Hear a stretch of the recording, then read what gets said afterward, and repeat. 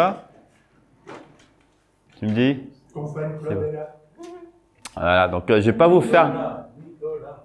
Oui, mais alors c'est pas une conférence scientifique, hein, je suis en vacances, on va parler de vacances. Hein. Donc, bon, c'est un petit peu pourri de ce qu'on peut dessiner en astronomie à travers différents endroits et les voyages. Alors quand les voyages, hein, ça peut être venir ici, hein, vous verrez, ou même aller moins loin.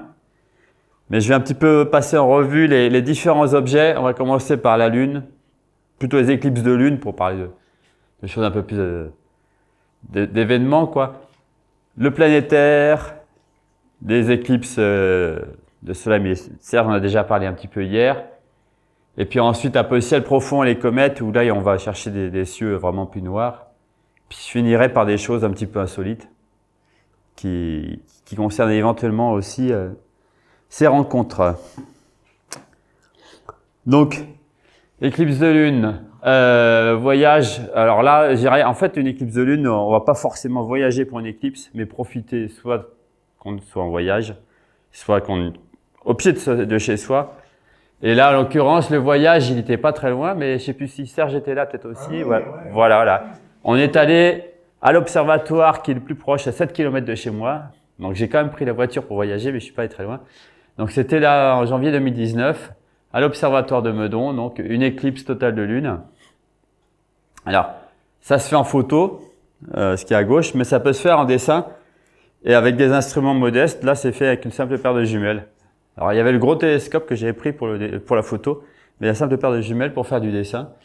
Et l'avantage, c'est qu'on peut rendre en dessin assez facilement les différentes nuances de luminosité, car c'est un des premiers aspects du dessin, c'est faire un rendu qui est un peu plus fidèle à ce qu'on voit que le font maintenant les photos avec beaucoup de traitements, mais l'intérêt de cette présentation, c'est de vendre un petit peu le dessin comme outil d'observation. Donc, de la phase en haut à gauche par la pénombre à la phase totale, essayer de rendre un petit peu les couleurs et jusqu'à la sortie de la pénombre à la fin de cette éclipse. Donc, et bon, là il faisait un petit peu frais, c'était au mois de janvier.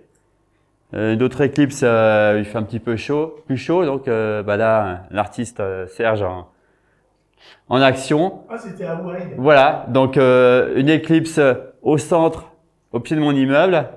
À droite, un petit peu nuageuse, ça c'était une éclipse, c'est celle qu'au-dessus, c'était il y a pas très longtemps, c'était quoi, il y a 1 an et demi, à 20 km de chez moi. Et puis une autre un peu fortuite à gauche, avec la photo qui est en haut à gauche. Là on était à Hawaï pour voir autre chose, dont je parlerai après, mais on a profité d'une éclipse partielle de lune. Voilà. Et donc alors là j'ai peut-être pas fait de dessin, mais Serge a fait un dessin, donc vous lui demanderez le dessin d'éclipse. Voilà, là, ça c'était pour la Lune. Juste dire que l'éclipse et puis après ça le cadre est plus ou moins intéressant, évidemment au pied des immeubles, c'est moins poétique. Mais Serge a déjà observé des éclipses de Lune dans des cadres beaucoup plus exotiques. En Australie, on a vu. Alors ensuite, je vous parlais un petit peu du dessin planétaire. Alors, là, j'ai pris le cadre du dessin planétaire à Val-d'Rôme. Et dans des conditions un peu insolites. Alors, bon, c'est l'observation de jour. On va commencer doucement et après ça, on va aller plus loin pour observer de nuit. Donc là, c'était autour du thème de comment faire du dessin dans des conditions assez confortables. Bah, évidemment, le mieux, c'est de en plein jour, assis au chaud. Et donc, ça peut se faire pour Vénus et Mercure. Alors, j'allais envie de dire confortable. On pourrait faire du Vénus ou du Mercure ces jours-ci ici, mais le Mercure est aussi assez élevé, donc à la limite c'est presque trop chaud. À Val-d'Rôme on était plus au frais, donc là c'est des séries. Alors en haut à droite une série alors là c'est même des photos, mais je vous montrerai après des dessins de Mercure fait donc en plein jour à Val-d'Rôme. En bas c'est du dessin de Jupiter fait donc comme je dis Jupiter c'est visible en plein jour, mais de préférence en début de journée. Alors c'est ce qui peut se faire. Si vous êtes pas trop de la nuit, bah, vous vous réveillez le matin vers 7h et puis vous pouvez observer Jupiter jusqu'à 9h ici, ce sera une bonne condition. Mais malgré tout, donc comme elle illustre le dessin au centre, qui a une série de dessins de Jupiter qui ont été faits. En gros, le premier c'est au début du crépuscule, le deuxième c'est quasiment le lever du soleil et le troisième 1 heure ou 2 après le lever du soleil. Donc on perd un peu en contraste. Et puis bon, bah Saturne, elle peut être visible en plein jour, mais on la devine tout juste. C'est pas un objet de choix pour observer en plein jour. Par contre, il y avait Mars aussi qui est aussi intéressante à observer en plein jour.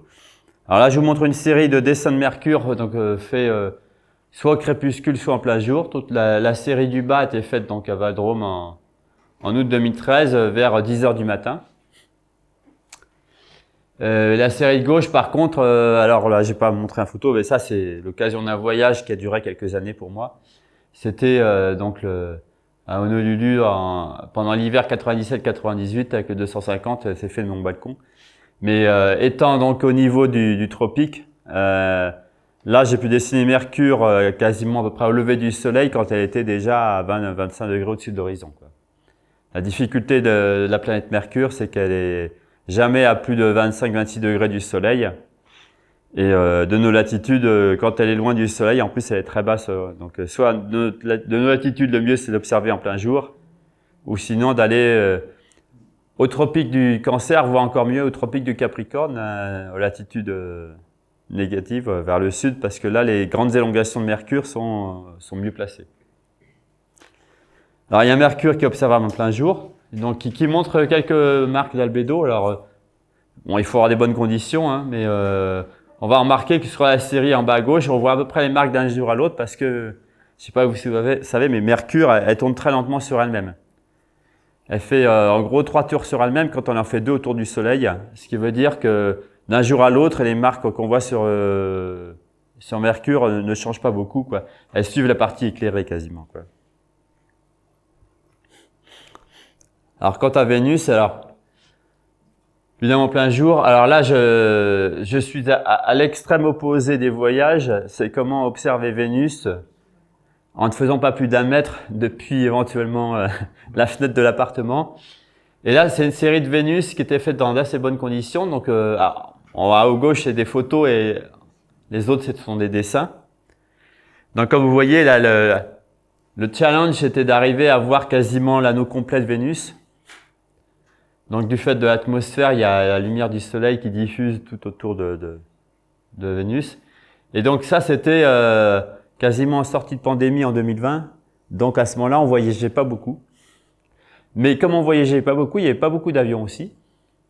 Et donc on avait un ciel qui était donc à cette époque-là, donc fin mai début juin, qui était bien bleu, quoi. Et évidemment, pour voir Vénus dans ces conditions-là, donc j'ai rappelé ici à gauche les élongations. 10 degrés, 8 degrés, 6,8 degrés, 5 degrés, 3,7 et 2,1 degrés du soleil. Donc quand on est à 2 degrés du soleil, il faut pas avoir de diffusion. Il faut profiter, ce que je faisais au pied de mon immeuble. Vous voyez, il y a l'immeuble en face. Donc c'est la direction ouest. Je suis dehors. Je mets le soleil juste derrière l'immeuble pour pas qu'il illumine le télescope. Et je peux observer Vénus comme ça pendant 5 minutes, 10 minutes. Quand elle est à 2 degrés du soleil, et après ça, je pousse le télescope quand je suis l'ombre, tout en restant à l'ombre pour observer Vénus sans danger. Donc ce dernier dessin, alors je sais plus si c'est celui-là, quand on voyait l'anneau complet, photographié et puis visuellement, on est à 2 degrés du soleil. Mais à faire en prenant toutes les précautions pour que le soleil n'entre pas dans le télescope. Voilà, mais alors... on verra par la suite que évidemment dans cette condition-là, donc en début juin 2020, Vénus était très proche du Soleil mais ne passait pas devant le Soleil. Mais c'est quand même à une époque où 8 ans avant, elle passait devant le Soleil, comme on verra. Pour que Vénus soit très proche du Soleil, il faut être à peu près à cette période-là. Actuellement, c'est uniquement au mois de juin, tous les 8 ans que se produisent ces circonstances. Sinon, elle est trop, en fait, sinon elle passe plus loin du soleil lorsqu'elle est quasiment entre nous et le soleil. Un style tout à fait différent. C'est dommage que ça coupe. Là, c'est un voyage au cours du temps, plus qu'au cours de l'espace. C'est un petit dessin de Saturne sur une orbite de Saturne.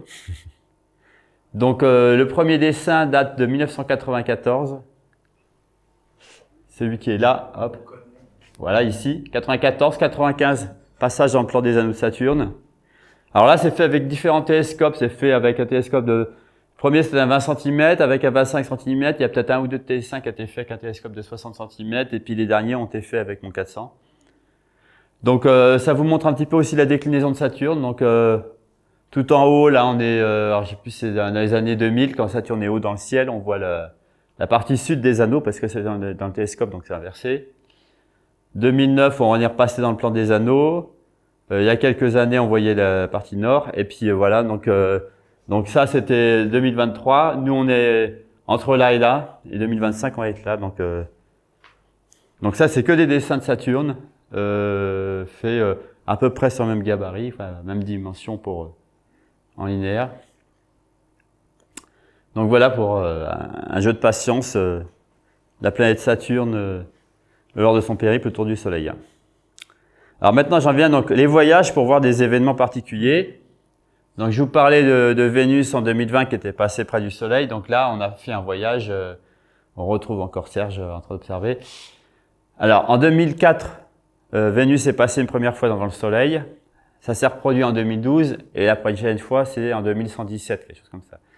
Donc c'est un événement extrêmement rare. En 2004, on avait la chance, c'était visible depuis la France. Moi-même, je l'ai observé depuis Meudon, je suis pas allé très loin, quoi. Et il faisait beau. C'était au mois de juin, donc les conditions sont quand même plus favorables. D'ailleurs, 2117, ça sera au mois de décembre. Donc ça. Mais on sera peut-être pas tous là. Donc le deuxième passage après de celui de 2004 était 8 ans plus tard, et était donc le 5 juin 2012. Et donc là, avec le club Mighty 78, on a profité de cette occasion pour aller faire un tour à Hawaï, puisque depuis la France, il y avait juste la fin, je crois, qui était visible le matin. Vous l'avez vu un petit peu? On a essayé. Vous avez essayé. Et donc, quand on va à Hawaï, on est de l'autre côté de la Terre. Donc, alors c'est un phénomène, bon, il n'y a pas besoin d'être à un endroit précis de la Terre pour le voir. Il faut juste que le Soleil soit levé quand le Vénus passe devant le Soleil. Donc là, on avait choisi d'aller à Hawaï. Donc, on a passé 3 semaines à visiter les îles. Et j'avais proposé, et ça tombait bien parce qu'il y avait quand même pas mal de vent, d'aller non pas sur l'île la plus connue, qui est l'île où il y a le Mauna Kea qui culmine à 4200 mètres avec les observatoires bien connus, mais qui était un peu trop prisé d'ailleurs et fermé au public, mais d'aller sur l'île voisine qui s'appelle Maui, qu'on voit sur la photo centrale, qui est une photo prise d'Hawaï. On voit Maui ici.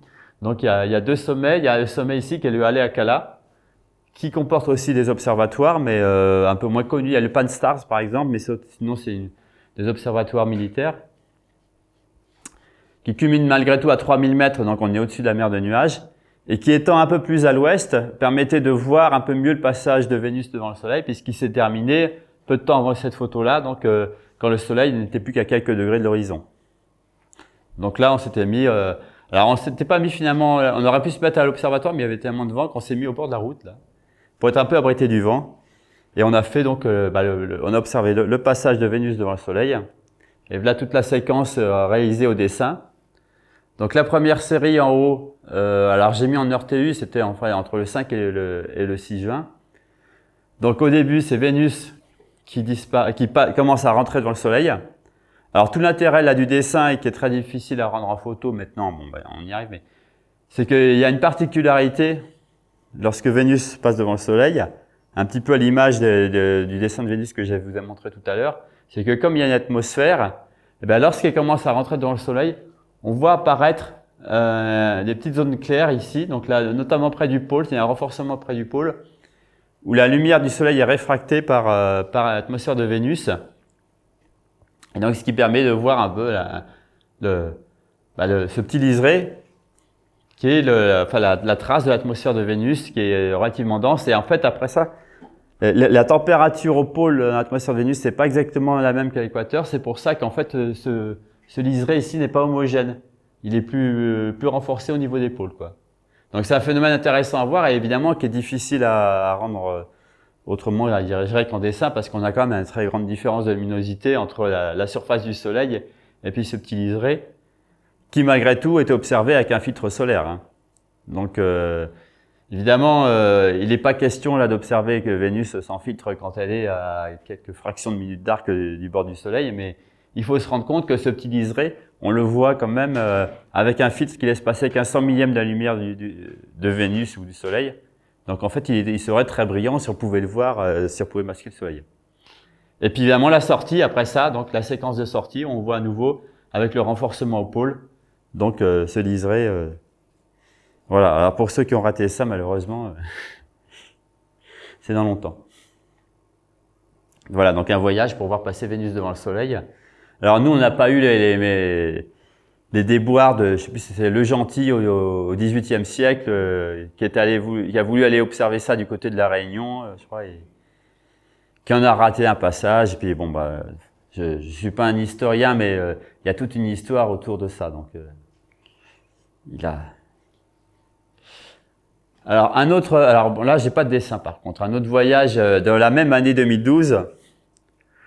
Alors, à dire vrai, là, c'était un peu fortuit. C'était pas exactement pour l'éclipse que je faisais le voyage, mais c'était pour un congrès. Mais ils avaient choisi la bonne idée de faire le congrès donc au Japon. Alors, pas à Tokyo même, mais à côté, et qui se terminait la veille de l'éclipse annulaire. Donc là, alors bon, l'éclipse annulaire, il y avait un peu de nuages, mais parfois c'est intéressant qu'on a des petits nuages qui renforcent parce que, comme on verra par rapport à une éclipse totale, une éclipse annulaire, bon, bah, c'est juste un cercle. On voit pas les protubérances, on voit pas la couronne, etc. Mais bon, c'était l'occasion, donc un bon voyage, visite du Japon. Et puis voilà, donc là, on s'est mis dans un parc, dans Tokyo même, parce que l'éclipse annulaire passait sur la ville de Tokyo. Et puis bon, il y avait un autre Français qui était là, et puis après ça, bon, des Japonais qui venaient là par curiosité pour voir passer la Lune devant le Soleil.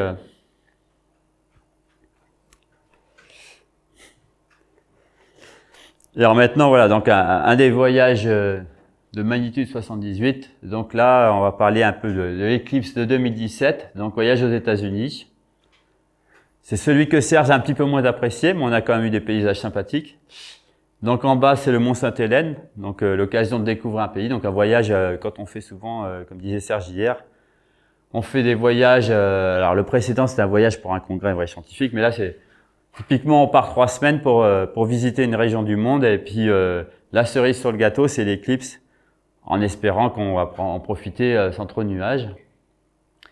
Donc là, on était dans une région un petit peu moins touristique que d'habitude aux États-Unis, donc les États de l'Oregon et de Washington. Donc c'est vraiment au nord de la Californie. Donc avec des zones très forestières. Donc là, en haut à droite, on n'était pas loin du mont, comment il s'appelle, Mont Rainier, je sais plus. Puis le Mont Sainte-Hélène, et puis bah, quand même des paysages aussi, là, le Pentide Hill. En fait, on était juste à côté de cet endroit-là pour voir l'éclipse. Et puis des randonnées. Alors je sais pas, non, Serge, t'es pas venu sur celle-là Et donc l'éclipse, donc de 2017, qu'on est allé donc observer dans une star party. Alors vous voyez là c'est une star party américaine. Il y a aussi une pinède un peu comme ici, mais c'est un petit peu plus piquant qu'ici quand même. Ici il y a quand même de la verdure. Là le sol est un petit peu gras. Donc voilà, donc une star party à l'américaine qui se trouvait par chance, donc c'est une star party qui se produit tous les ans dans l'Oregon, quoi, qui se trouvait par chance d'être dans la zone de totalité, mais pas exactement sur la zone de centralité. Donc il y a ceux qui avec moi et Jean-Paul Beria et puis c'est Didier Levavasseur, on a choisi de rester dans le lieu de la star party parce qu'on avait le matériel à côté, la tente, etc. L'éclipse étant le matin, on a dormi sur place. Et puis il y en a d'autres qui ont fait 30 km pour avoir 30 secondes de plus de totalité. Et donc là, pour cette éclipse, une photo à gauche. Et puis, malgré le fait que l'éclipse ne durait 1 minute 30, j'avais bien dormi la nuit avant. Donc j'étais bien préparé et j'ai réussi à faire quelques photos et en même temps un dessin donc de cette éclipse vue dans le télescope. Donc avec toujours quelques protubérances qui ont un petit peu le défaut d'attirer l'œil quand on regarde dans le télescope et puis donc les jets. Alors là moi j'ai pas réussi à les compter mais et le début donc des grands jets polaires qu'on voit sur la photo à gauche. Donc là on a une couronne de face plutôt inactive du Soleil. Donc très allongé et non pas symétrique. Et puis le voyage suivant, c'était en Argentine. Donc pareil, pour voir une éclipse totale de soleil. Alors bon là j'ai pas de, si j'aurai un dessin après, mais comme c'était l'hémisphère sud, on en a aussi profité pour observer le ciel. Donc vous ne reconnaîtrez peut-être pas le ciel puisque là on est dans les régions qu'on voit pas depuis notre horizon. Alors on doit voir la croix du sud par où est-ce qu'elle est allez, en plus elle est à l'envers. Voilà. Elle est à l'envers. La croix du sud ici. Donc voilà, le centaure et puis on finit par il doit y avoir le scorpion par là. Voilà. Donc et puis là au-dessus des montagnes, donc on voit le Jupiter ici et puis le centre galactique. Donc évidemment c'est les régions de choix à observer quand on a l'occasion de faire un voyage dans l'hémisphère sud. Et puis bon, bah, à gauche le setup pour observer l'éclipse. Et puis voilà, donc une photo dans le télescope et puis un dessin juste à la fin de la totalité. Bon, elle durait 2 minutes 20, mais c'était encore un peu court. Mais juste au moment du grain de Bailly avec une protubérance une fois de plus qui attire l'œil et nous fait un peu oublier d'observer le reste des détails de la couronne. Puis dernier voyage, je vais pas en reparler longuement parce que Serge en a parlé en long et en large hier. Donc là, c'était au Mexique, l'éclipse totale d'avril dernier. J'ai essayé de faire un dessin quand même. J'ai pas tout à fait bien mis au propre, mais malgré les 4 minutes 27, c'est ça? Ou 4 minutes 28, c'est 4 minutes 27? Ouais, 27. Alors des protubérances partout, donc là ça devient encore plus compliqué de bien dessiner parce que ce qu'on rend plus ou moins bien d'ailleurs dans les dessins, Serge t'as tendance un peu à atténuer, c'est le fait que les protubérances sont vraiment très lumineuses, elles sont d'un rose vif, alors c'est vraiment l'arbre qui cache la forêt et qui nous empêche finalement de bien observer la couronne. Il faut de l'entraînement pour... Alors quoi qu'il y en a plein, n'en parlons pas. Voilà, alors maintenant, je vais commencer à parler un petit peu, après ça, des autres objets qu'on va observer dans le ciel plutôt la nuit. Donc, alors là, on a fait quelques voyages donc à La Palma. Donc, c'est moins loin que le continent américain. C'est quoi, 3 heures de vol à peu près, ouais. Et ça permet d'avoir un bon ciel, on est un peu plus proche du tropique. Donc, il y a quand même une bonne partie de la Voie lactée basse qu'on arrive à voir. Donc, et puis le cadre est sympathique quand on observe au pied des coupoles. Alors on a fait 2 voyages, il y avait un voyage comme ça, on voit qu'il y a encore un peu de neige, donc là on est à 2200 mètres d'altitude, je sais plus. Donc il fait un peu frais aussi, quoi. Donc faut se couvrir. Et puis alors il y a La Palma et puis une île voisine aussi, on avait fait une année un voyage, on était à Tenerife. Et alors, à La Palma, on est au pied d'observatoire, mais l'observatoire est au sud, donc il nous cache un petit peu l'horizon. Là, au contraire, on était aussi au pied d'observatoire, mais qui est plutôt l'observatoire solaire, dont on voit d'ailleurs sur la photo ici quelques éléments, puis il y a le Teide, le volcan de Teide derrière. On est à peu près à 2000 mètres d'altitude. Par contre, on est du côté sud de la montagne. Donc on voit d'ailleurs l'ombre du Teide tout au bout, là, qui est en train de se coucher. Puis bon, il y a l'île de Gran Canaria qui est en face, mais on a vraiment un horizon parfait, ce qui nous permet d'aller voir des objets qui sont bas sur l'horizon. Alors, j'ai peut-être pas mis mon dessin ici, mais j'ai réussi à... Et l'anecdote, c'est que sur ce site d'observation-là, on voit quelquefois passer les avions sous les bateaux. Quand on regarde au sud, on voit des bateaux la nuit, et puis on voit des avions qui passent en dessous. Pourquoi ? On est à plus de 2000 mètres d'altitude, on a la mer en face de nous, et puis un aéroport, il y a 2 aéroports, mais l'aéroport c'est quoi? C'est celui de Santa Cruz qui est un petit peu à droite. Et il y a les avions qui sont à l'approche. Donc les avions, quand ils sont à l'approche, ils descendent. Et donc on voit les bateaux qui sont plus loin à l'horizon, et puis les avions qui passent en dessous, quoi. Et donc on pouvait observer aussi depuis, là on est pas loin de 28 degrés nord, on arrive à voir la Croix du Sud en entier. Sachant que la dernière étoile de la Croix du Sud, celle qui est en bas, alors je sais plus si c'est alpha ou bêta de la Croix du Sud, elle est théoriquement 1 degré sous l'horizon. Mais grâce à la réfraction atmosphérique, on arrive à la voir. Donc j'ai envie de dire, là on arrive à voir un peu plus de 50% du ciel. Voilà, on va pas forcément observer les objets les plus bas, mais certains beaux objets comme ces belles galaxies. Donc observer là en l'occurrence dans le télescope de 40 cm de magnitude 78, donc à La Palma. Donc, c'est des galaxies qui sont, elles sont un peu trop basses de nos latitudes, hein, donc Centaurus A, là, qui se trouve pas loin d'ailleurs de l'amas Oméga du Centaure. Et puis une autre belle galaxie spirale barrée, NGC 1365, donc là dessinée dans le télescope de 40 cm.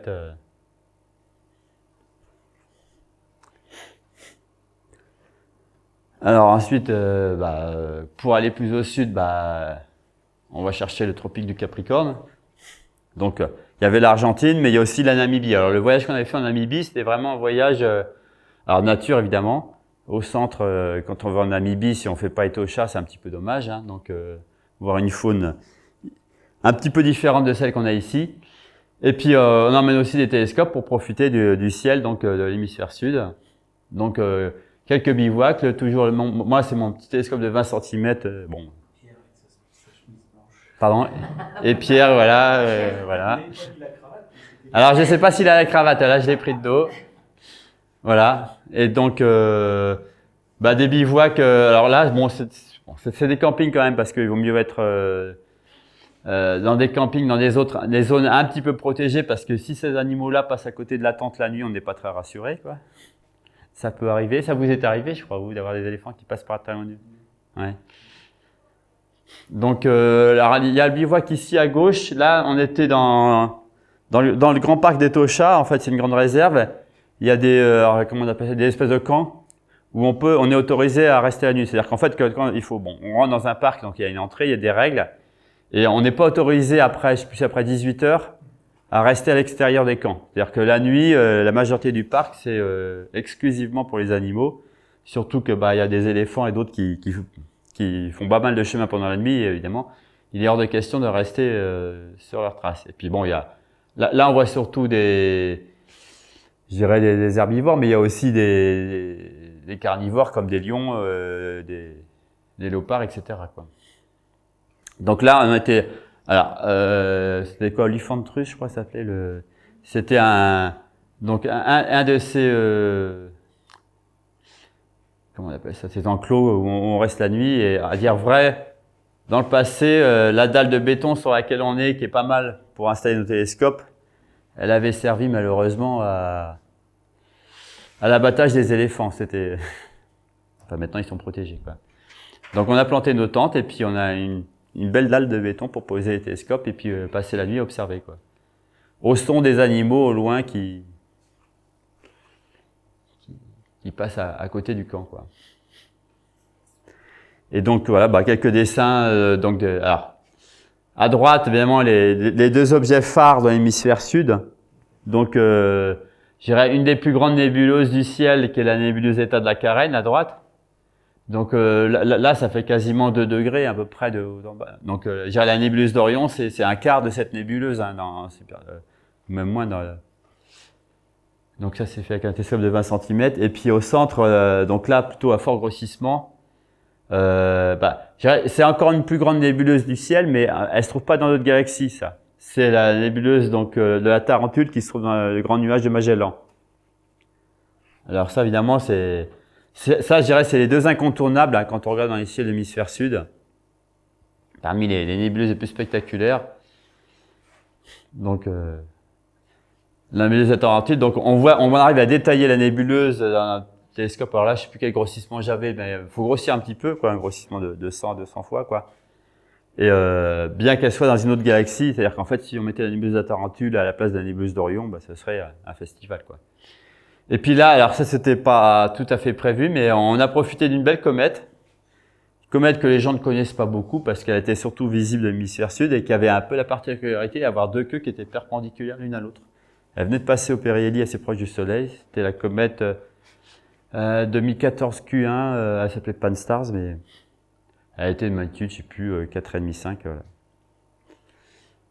Alors une autre nébuleuse, enfin une autre région que j'ai dessinée avec mon télescope de 20 cm, c'est la région de l'amas globulaire NGC 6723 dans la couronne australe. Alors ça, je l'ai photographié ici il y a quelques nuits, mais c'est à cette hauteur-là dans le ciel. La couronne australe, c'est en dessous du Sagittaire.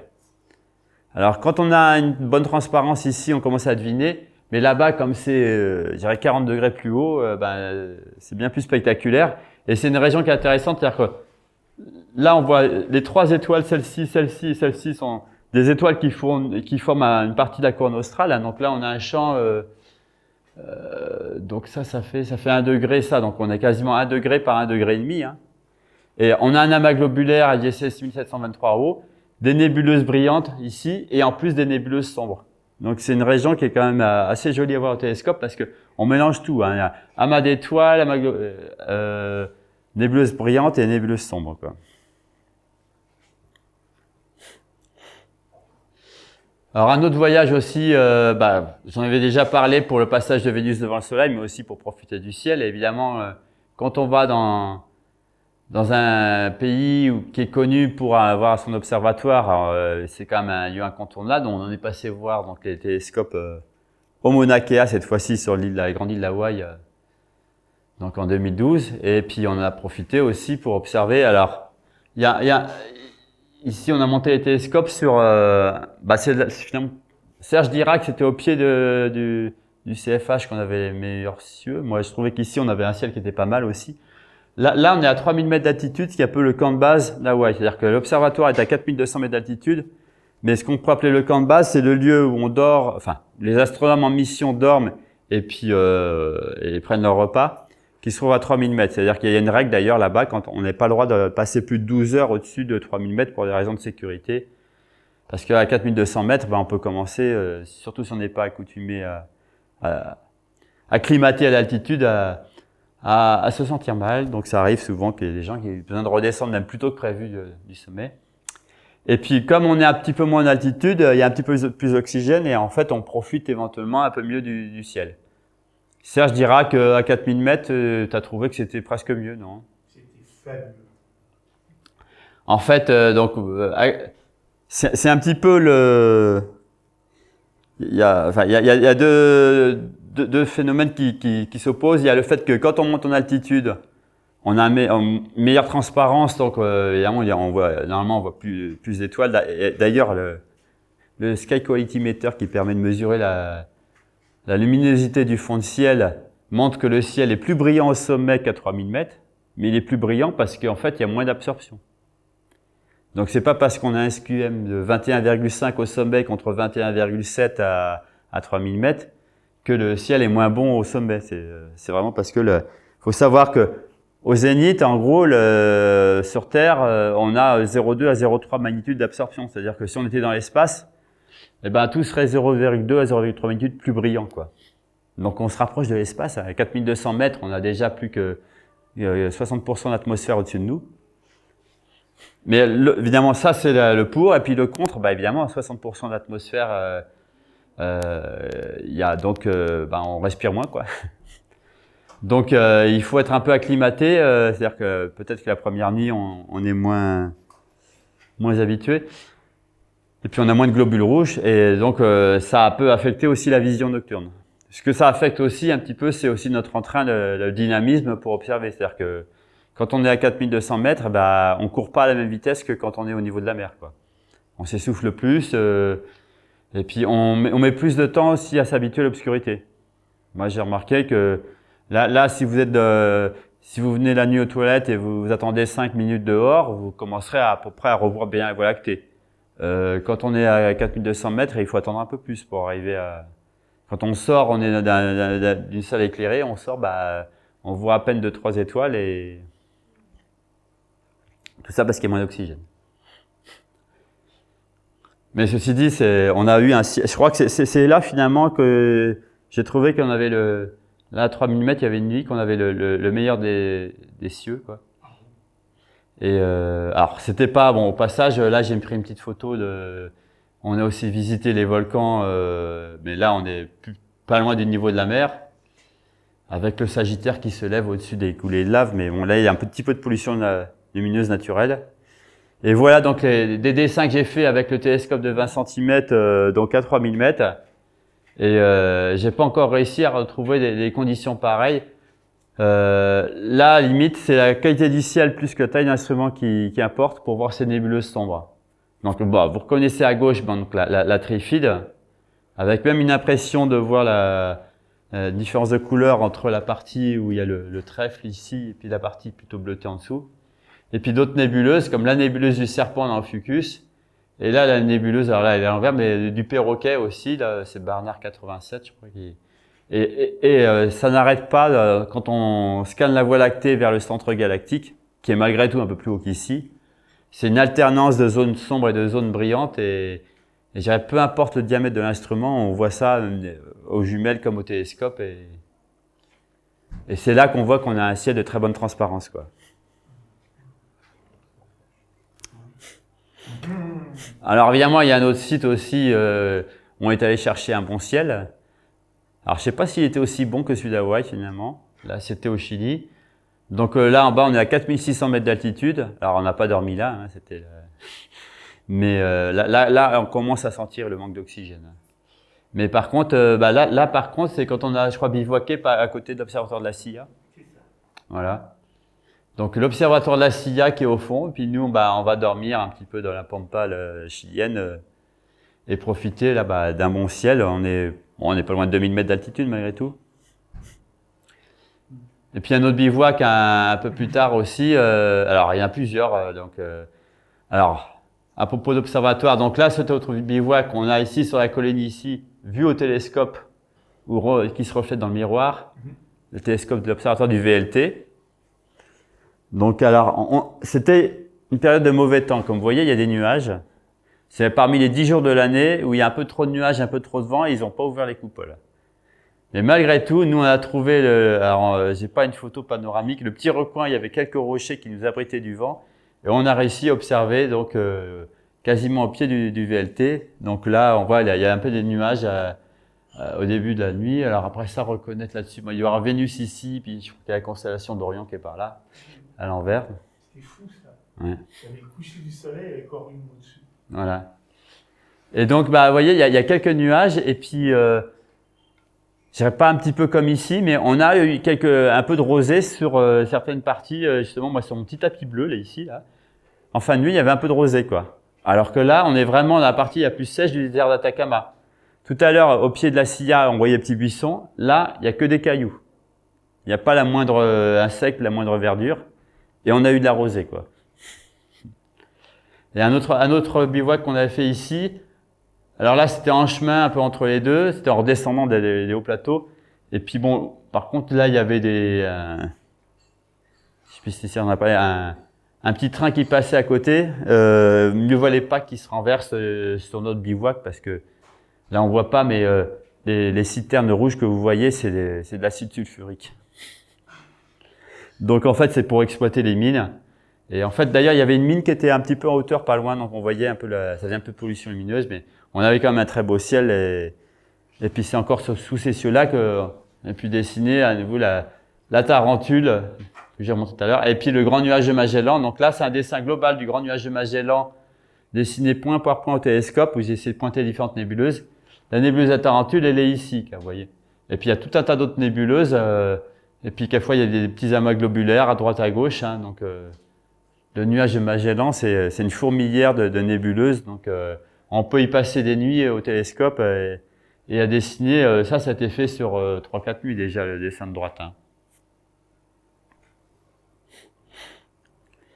Et puis sans aller aussi loin, hein, donc un petit peu pour la nostalgie maintenant, vous reconnaîtrez le site de Val-Drôme là. Et bon, quand on a un peu apporté cette fois-ci, moi, mon télescope de voyage, il fait que 20 cm. Par contre, à Val-Drôme, j'amène mon 400 qui est ici, puis qu'on retrouve là. Il est là. C'est l'occasion de faire des dessins. Alors là, évidemment, c'est des dessins qui prennent quelques temps. Donc le dessin central ici, c'est les dentelles du cygne. Et ça a été fait sur 4 rencontres de Val-Drôme. Alors, je sais plus les dates, mais... Donc, il y a un été, j'ai fait cette partie-là des dentelles. Un autre, j'ai fait cette partie-là. Un autre, j'ai fait triangle pickering. Et puis, le dernier été, j'ai complété avec ça. Quoi. En fin de nuit, on a la nébuleuse du crabe ici, là. Hop. Alors, en ce moment, oui, c'est vraiment... remarquez Jupiter qui est pas très loin. Et puis, Serge qui me disait, la nuit dernière, la nébuleuse à trompe dans ses faits. donc avec le télescope de 40 cm. Donc, voilà, sinon, ça c'est, alors ça c'est en plus avec un filtre oxygène 3, mais pour dessiner des nébuleuses sombres, hein, c'est un petit peu, alors l'idéal ça serait comme être à Hawaï, mais il faut absolument bénéficier d'un ciel d'une bonne transparence, donc l'altitude aide aussi. Voilà. Alors ça c'est du ciel d'été, et puis il y a le ciel d'hiver. Donc on a aussi ces belles nébuleuses. Donc bon là c'est fait dans le sud des Alpes, entre Digne et Castellane. La nébuleuse de la Rosette. Donc au télescope, toujours télescope de 40 cm avec ses chenaux sombres. Et puis du côté du Baudrier d'Orion, la nébuleuse de la tête de cheval. Et puis à côté la nébuleuse de la Flamme. Donc alors les deux, Rosette c'est avec le filtre oxygène 3 et puis l'autre c'est avec le filtre H-bêta, quoi. Voilà, alors après ça, bon, quand on peut profiter aussi du gros télescope de 1 mètre, on peut aller dessiner deux objets de manière un peu plus détaillée. Donc ça, c'est avec le télescope d'1 mètre. Donc quand on a du diamètre, l'intérêt, c'est qu'on commence à voir les couleurs dans les objets. Donc en haut, la nébuleuse Saturne, qui apparaît d'un vert intense.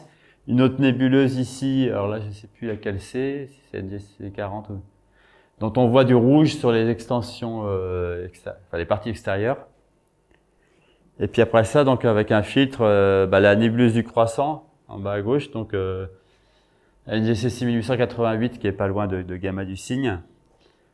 Et puis une nébuleuse bien connue qui est la nébuleuse de la Altair, M27, mais revisitée donc avec un gros diamètre, où on commence à voir d'autres extensions, donc plus faibles ici. Et un chenal sombre qui la traverse, qu'on voit d'un côté et de l'autre, qui est un petit peu, probablement qui correspond à un jet bipolaire de l'étoile centrale. Ça pour une nébuleuse, des galaxies. Donc ça c'est plutôt la contrepartie hivernale avec le télescope d'1 mètre. Donc les galaxies des antennes ici en interaction, M51 avec les chenaux sombres, alors ça aussi on pourrait la faire en début de nuit. Et puis la galaxie M87 avec son jet. Donc en fait, paradoxalement, cette galaxie, on peut arriver à la photographier assez facilement avec un télescope de 30-40 cm, mais pour voir en visuel, le contraste étant assez faible, mieux vaut avoir un gros diamètre. Et puis ensuite, je voulais parler un petit peu aussi de mes objets favoris, qui sont les comètes, qui nous accompagnent un peu partout. Donc, j'en ai déjà présenté une vue de Namibie. Là, c'était la belle comète Neowise, alors que j'avais observé surtout en région parisienne en 2020. Donc, bon, là, c'est notre site à 50 km de Paris. Donc, il y a la comète qui est là. Alors, on voit que le ciel est un peu orangé malgré tout. Hein, c'est pas le ciel de Val-d'Rôme. Et puis, au passage, donc là, je ne remontrerai pas de dessin, mais le 8 juillet 2020, on a eu en plus de la comète un phénomène auquel on ne s'attendait pas forcément, qui était les nuages noctiluques. Les nuages noctiluques, c'est eux qui ont évidemment cette teinte bleutée qui ont agrémenté, je dirais, le fond de ciel près de la comète, mais qui ont pu un peu gêner aussi. C'est la photo de gauche est prise dans le télescope, et puis donc, mais ça permet d'avoir donc sur le dessin de rajouter ce petit rayon de premier plan avec bleuté avec les nuages noctiluques. Voilà, donc c'est là où j'avais observé les nuages. Donc bon, le télescope et la comète. Là, je suis même plus proche de la région parisienne. Et alors, c'est au crépuscule, évidemment, c'est pour ça que le ciel commence à être bien clair, quoi. C'est où avec ces parpaings? Alors ça c'est le lieu du MAS, c'est le club de modélisme alors je sais plus quel, et ça se trouve du côté de Crespierre, là, c'est à 25 km à l'ouest de Versailles. Donc de jour, ils utilisent ce site-là pour faire voler leur modèle réduit d'avion, et de nuit, moi j'en profite parce que c'est un endroit très bien dégagé pour observer, quoi. Donc et puis là, donc il y avait la comète Neowise. Alors bon là, ça sur l'original même c'est un petit peu saturé, donc là c'est des prix dans le télescope. Ça permet de l'observer quand elle est à une quinzaine de degrés du soleil, quoi. Et là j'ai montré toute une séquence de la comète, donc le 6 juillet, le 8, etc. Donc la queue qui se développe parce que la comète s'éloigne un peu du soleil, donc on la voit mieux sur un ciel plus sombre. Et puis jusque la dernière était prise vers c'est le 26 juillet. C'était coupé, voilà. Une autre comète aussi que j'avais suivie, donc c'était la comète Pan-STARRS. Donc pas forcément. Alors la plupart des dessins ont été faits à moins de 50 km de Paris. Et alors là une particularité, c'est le dessin central. C'est un dessin qui a été fait en partie aux jumelles. J'ai dû essayer de le mettre à l'échelle des autres, mais on est passé dans le plan d'orbite de la comète et on a une anti-queue qui a été, vous voyez, la queue là-haut, elle fait 20 minutes d'arc et l'anti-queue, elle faisait 7 degrés. Et donc là c'est le jour quasiment, quelques jours avant, on voit que l'anti-queue, on commence à la voir, mais elle est moins longue. Et puis après ça, elle se raccourcit, mais le jour même, on est pile dans le plan, donc toutes les poussières s'alignent et donc ça nous fait un fuseau comme ça qui fait carrément tout un champ de jumelles. Et puis pour repartir en voyage, donc ça c'est de Serge Napaya au voyage au Mexique, donc en avril dernier avec la comète Pons-Brooks. Donc voilà, ça c'est les dessins que j'ai faits. Serge a montré les siens. Les dessins, une photo. Donc là, alors si plus là-dessus, alors ça doit être Jupiter. La comète doit être quelque part par là. Il y a Pierre et Serge. Serge, il est là. Hein. On était sur la plage, pas loin de la Paz là. Et alors bon, là, une photo aussi avec le petit désagrément qu'on a de plus en plus, surtout quand on observe une comète qui se trouve pas très très loin du Soleil, avec ce qu'on appelle des Starlink. Donc voilà, donc là sur je crois 3 minutes de pause, c'est tous les satellites qui défilent devant la comète. Bon. Alors pour finir, je vais finir par des phénomènes qui sont des choses qui ne sont plus dans l'espace mais qui sont relatifs à la Terre, mais des phénomènes qu'on apprécie tous, en commençant par les aurores boréales. Alors ça, c'est un des premiers dessins d'aurores boréales que j'ai fait. Donc ça date de... C'était en quelle année ça? C'était en 2002, je crois, oui. C'est près du côté de Rambouillet. J'étais parti avec mon télescope pour aller observer des comètes. Et puis tout d'un coup, je remarque que vers le nord, il y a une lumière un peu inhabituelle. Et puis comme j'avais pas d'appareil photo, je me suis contenté de ce que j'avais sous la main, papier crayon. Et puis j'ai dessiné donc l'aurore boréale, une aurore boréale assez importante qui était donc visible de France donc en avril 2002. Et pour l'anecdote, je crois que 15 jours après, j'allais au nord de la Finlande, à Kiruna, au niveau du cercle polaire. Je pensais que ça serait l'occasion pour moi de voir pour la première fois les aurores boréales. Et pas de chance ou coup de bol. 15 jours avant, je suis en région parisienne et je vois une aurore boréale. C'est la première que je voyais.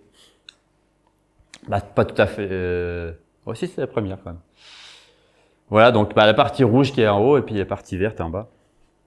Et puis depuis, ceux qui dormaient pas le soir du 10 mai dernier, donc ils ont vu ça. Donc là, on était au NAT.